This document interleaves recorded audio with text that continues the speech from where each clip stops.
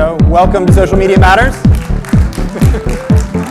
And I have to say, I have to credit you with some of the inspiration for doing this, as it was at Cannes in the third week of June when I saw a discussion that you had at Cannes that I thought, look, we should do something in Asia talking about social media.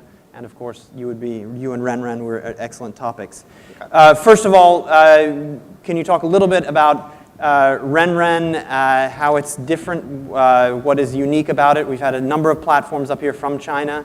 What is special about Renren? How is it well, a platform?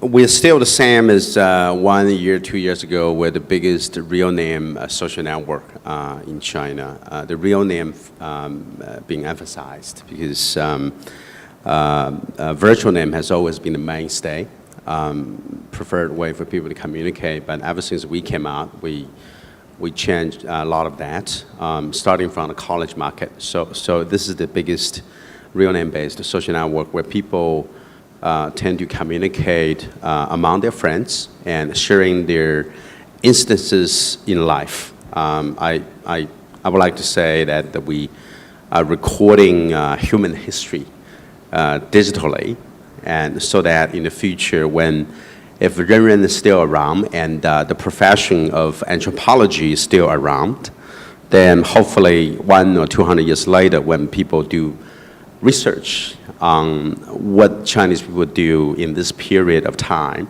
they would just dig out the old Renren files and see with their real eyes and what kind of clothes people wear, what kind of emotion that people tend to share, what would the Sichuan food like back in 200 years ago, things like that. So that's what mission is. Okay, well let's dig a little bit into those files right now, even though it's not 200 years from now. Yeah. Looking at what are the kinds of behaviors that you would say are different and similar from Chinese netizens on social networks. You know, how would in the United States or Europe or other parts of Asia even versus China, what would you emphasize as the big differences for Chinese netizens? Yeah, so I can only speak from our user base, which feel more comfortable than your user base of a few 100 million. Yeah, our user base of a few 100 million registered users, which tend to be young and living in urban cities. The active user base, about a third to half of them still in the college markets, and the other half or so are the college-bound high school students as well as young white-collar workers. So for this group of users, they prefer to communicate with real name versus the rest of society. So when they do that, their behavior is actually different from subtly from the rest of the market here in China, but it's very similar to US. And there's one thing that's maybe different or two with global phenomenon of social networking is probably all users tend to be probably more passionate about the intensity of them using social networks. Can be very intense. For example, back a few years ago, we launched the first social game, farming game in the world, earlier than Farmsville by Zynga. That was raised earlier, actually. Yeah, so basically people or user base would get up at 3 o'clock in the morning to try to steal vegetables which is the key difference from their friends. Key difference between Farmville and your version. Is the feature of stealing vegetables. So if who came up with this idea? It's actually our partner. It's a gaming company called 5 Minutes in Shanghai.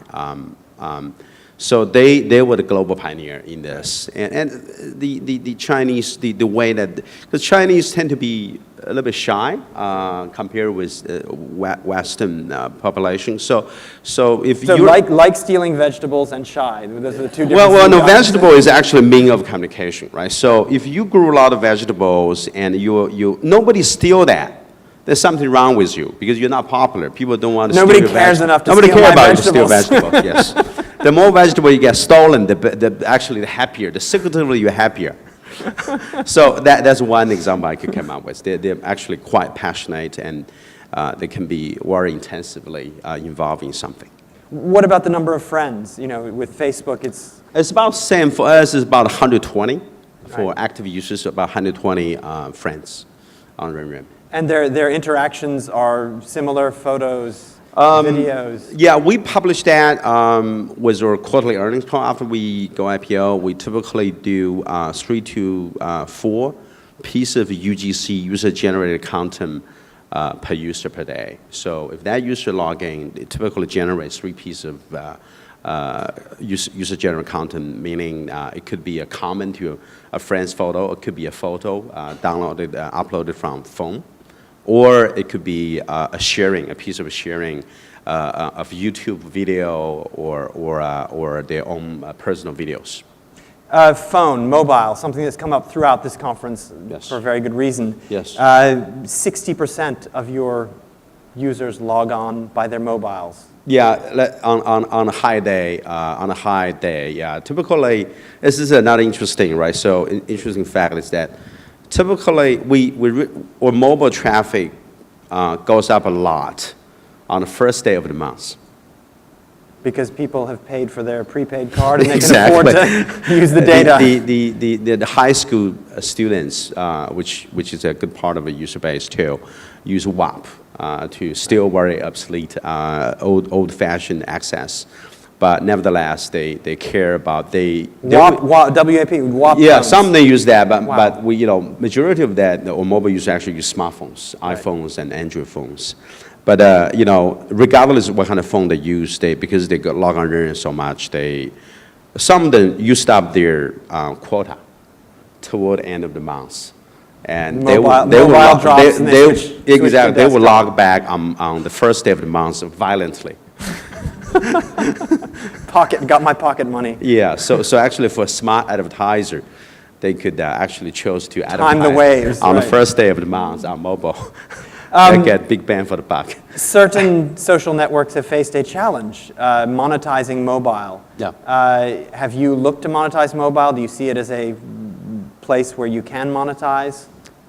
We have to, right? Right now, we're just getting started. I had a big push internally in the company to drive our advertising sales team toward mobile. But before that, or social commerce side and or mobile gaming operation already started pursuing mobile strategy quite a few quarters back. So nowadays they are benefiting from that early push.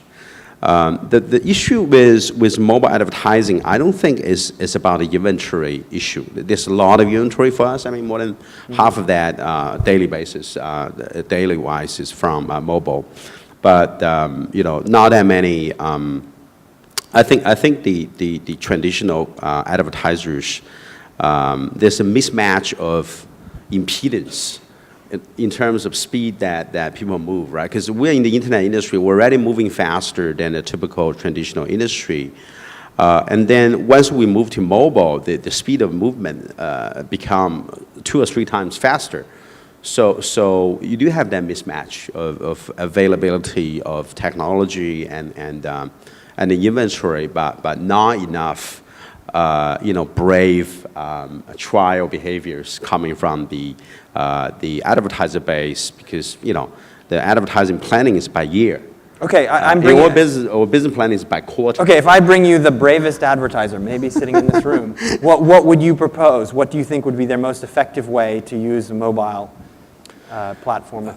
I think the first way to hit that will always be the easiest, which is just plain old vanilla, banner ad or whatever, right? So there's a lot of customers trying to build application where you can drive from that the click into a download behavior. I think that's quite smart, because there are a lot of difference between PC advertising versus mobile, right? On PC, you don't have that.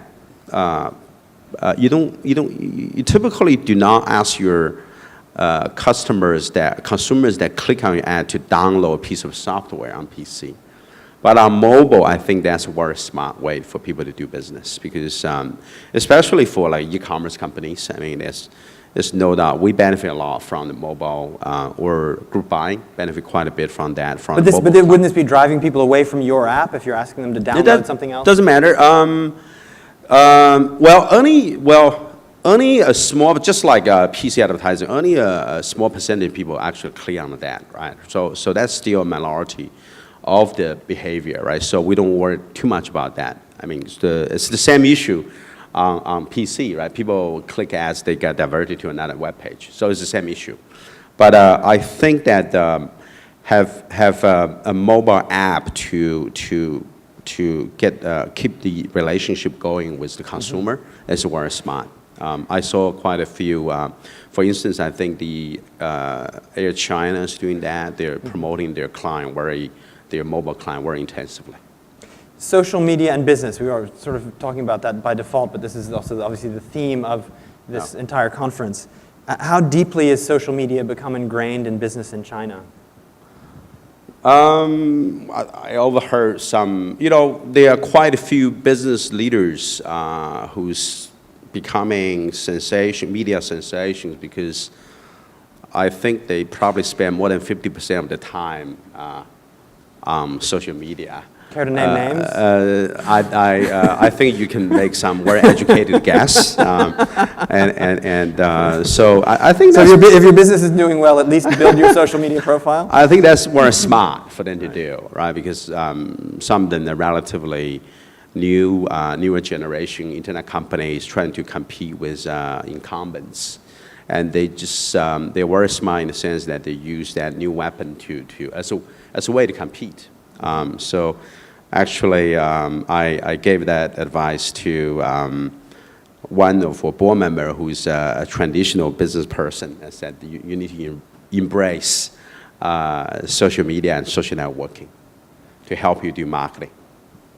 For the companies that you find your clients or the brands that are using Renren most effectively, we heard from Nestle a little while ago about how they organize themselves on a global basis to do social media. Yep. What are some of the characteristics that you would see in a company that's using Renren effectively? Is it something organizationally? Is it that they have a leader at the top that is supporting social media? What would be some characteristics? I think it's probably a combination of what I just said, right? But one common characteristic I can see is probably. I think it's probably you can see that in the previous. I see certain companies who are able to embrace new wave of technology slightly earlier than the industry cohorts.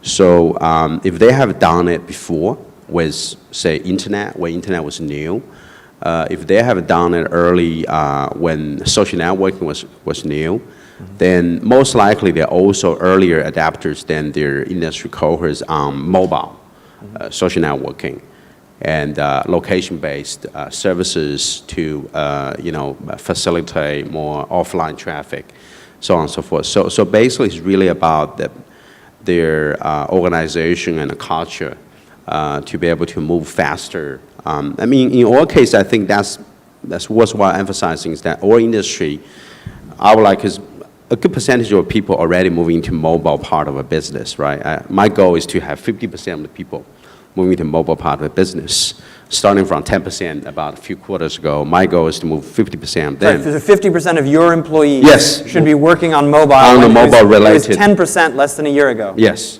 Wow. So the idea is that my goal is 50%. Right now, I think we're about 25 to 30. That's pretty fast shift. Yes, very fast change. So I spent more than 50% of my time last 2 quarters on mobile, and this quarter I'm spending less. What kind of mobile phone do you have?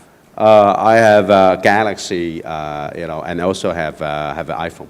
Okay. So I use both to try out. Any preference? The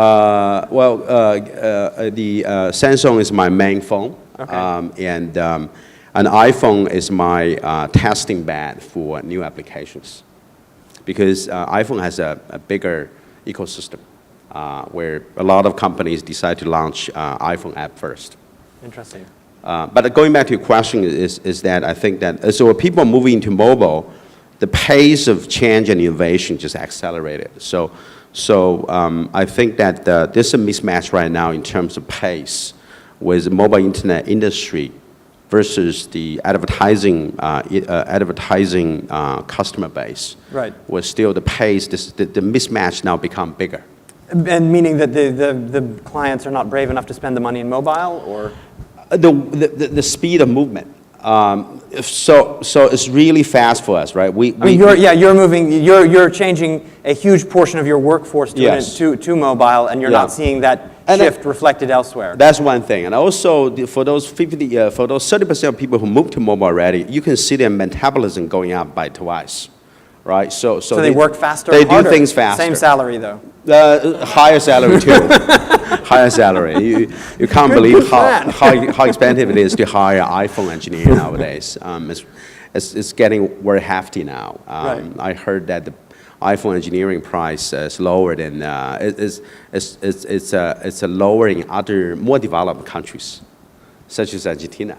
Right. You could hire a good engineer for I don't know, 10,000 US dollar a year, or two, but here three times as expensive. So anyway, I do think that that's the mismatch of impedance needs to be addressed. Right. They're not going to be able to move as quickly as you have, being a startup, being nimble. But we're patient, right? So my judgment is this, right? So if there's not enough advertisers moving to the mobile yet, even though we have a large inventory, so why don't we monetize it through gaming as well as e-commerce, which is what we're doing. So those are the two monetization methods. Yeah, right. That's one of the driver for big growth on mobile gaming as well as group buying. Are there any sectors that are more likely to move into social in an interesting way? Did I read a recent China merchant bank or banking? Finance does not seem like the obvious one, honestly, for social networks. Finance is a very interesting one, right? So we've been working with different banks, credit card lead gens for many years now, before even we moved to mobile, right? I think in the early days of Renren's monetization effort, we started working with commercial banks on credit card lead gen because we have a large number of high quality users. So this is if you're a Renren user, you've gone to a university, you're a prime target for university, or where you just graduate university, and we know which university they graduate from, and therefore that they become very good targeted user base for banks. So we launched the first social credit card with China Merchants Bank to leverage on two things. One is to marry that with our location-based service. And also with China Merchant Bank's more than 10,000 preferred vendors nationwide. So when our user base is checking in on Renren, and if they're nearby any preferred vendors, then we will show that on their mobile phone, and they could go to that particular location and have some preferred treatment. So this was launched recently? This was launched, I think, a year ago or so. Okay, so I'm in a certain location, I look at my mobile phone, I can see I get a better deal by using this credit card. Yes, and I think that, I don't know the exact number, but I think that we probably acquired about more than 100,000 new credit card customers for China Merchant Bank, and actually we're not getting paid a lot, right? So that, I was thinking about how do we make more money from our user base from offering financial services. So I think that financial services will be the next big industry to be revolutionized by social networks. Right. I mean, one of the things, sorry, this is a little coaching session. We've worked with credit cards before, and one of the things that they're very interested in showing is that their credit card is being pulled out and used more frequently. And if you can show that difference, that's a dollar sign difference of how much more valuable those clients are. Yeah, I think there's about 6% more usage. Right, which is an uplift of 6%. So if you collected 6% of those credit card transactions. I wish. The banks in China were powerful, so they don't give you those terms. I wish. But there's some other things that we think about, because we do have a lot of college student users, and we have a lot of young white-collar workers, and some of them are getting student loans. So and that number is going up. So we're thinking whether we could help facilitate, because once a user is on a social network, the reputation is quite it's quite clear whether that person is socially connected, whether he commands respect from the rest of the friends, so on and so forth. If you believe that consumer credit is really computation of expected credit or trustworthiness of a certain consumer, then I think social networks is a golden mine for such information. Right, and credit checks is a particularly difficult thing in China to do. Very difficult to do, yes. There's the credit bureau. They are equivalent credit bureaus, but I think we're still in the early stages. So if you melded Renren with credit bureau, you would have something quite powerful. We'll see. What are some of the things that are going to be coming out? What can we look forward to seeing in coming? From Renren or from the entire social space? The social space broadly, and then specifically Renren. What will we see coming out? Feel free to share with us. Well, I think in a previous conference, I predicted that at first I look at a history, right? What are the first big industry gets transformed by social? The first one is actually gaming. Gaming is a natural. Farmville, talk about Farmville, talk about happy farming on Renren, right? So those are the first wave of changes. And then you had the commerce and the e-commerce being transformed by social. And then you look at other, I think the next two big sectors and business to be transformed.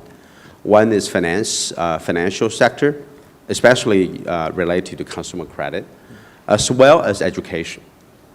Renren, particularly, Renren invested in one online education company in China as a JV with a leading Korean online learning education company called Mega Study. And when we came up with the name, the Korean partner said, why don't we say the name is in Chinese is earning study. But if you do earning study, then the student don't want to do it. So we came up with a different name. But anyway, so I'm passionate. I'm personally very passionate about. And what is the idea? What were the people? Well, the idea is because because education is such a big industry in China, and it's very fragmented too. And the quality of the education that people offer is also varies quite a bit. So it's really leveraging on the power of the internet. To be the delivery status, a delivery medium of education content.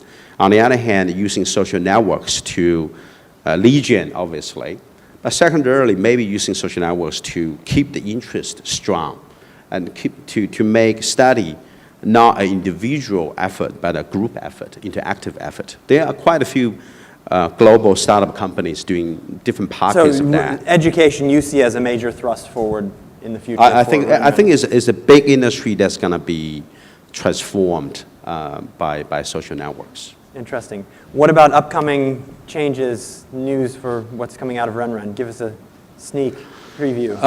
We're just about to launch a couple of brand new features that's actually, we think, on the cutting edge. Let me give you one example, and is as good antidote, is that if you look at Wikipedia, right? Wikipedia wouldn't be around if there's no Google, right? So Wikipedia is basically a web service custom-made for search, right? Because it organizes content around a certain keyword and is text-intensive, so on and so forth. But two things are changing. One is the massive production of photos. Wikipedia is not effective, search engine is not that good with photos, right? So what are you going to do with all that photos? And also another thing is that with the rapid proliferation of pets, the internet users now are demanding bigger, media-intensive, photo-intensive, longer, web pages. Right, that's one of the reasons why Pinterest and Tumblr are so popular, because they're really friendly with pad. You just use your finger and you can look at an extremely long picture. So all these things are changing, and also thirdly, of course, the social networks, right? Pinterest, Pinterest is the Wikipedia equivalent for social network. Without social networks, Pinterest wouldn't be around, right? So we are seeing we think that there should be a different way to do Wikipedia. So we're launching a new product called the Social Wiki, which is really leverage on the 3 mega trends that I talk about here. One is the rise of social network as alternative infrastructure, and then pad, as well as the abundant number of users on social networks who's willing to write. Think about it. I mean, it's all about crowdsourcing, right? I mean, social network is the biggest crowdsourcing, destination. As well as education. Yes. Excellent. Great. Thank you very much, Joe, You're for welcome. coming in. Fantastic finish to the day. We've learned a lot about social media, China, and the future of Renren. Thank you so much for joining us. Thank you very much. Thank you very much.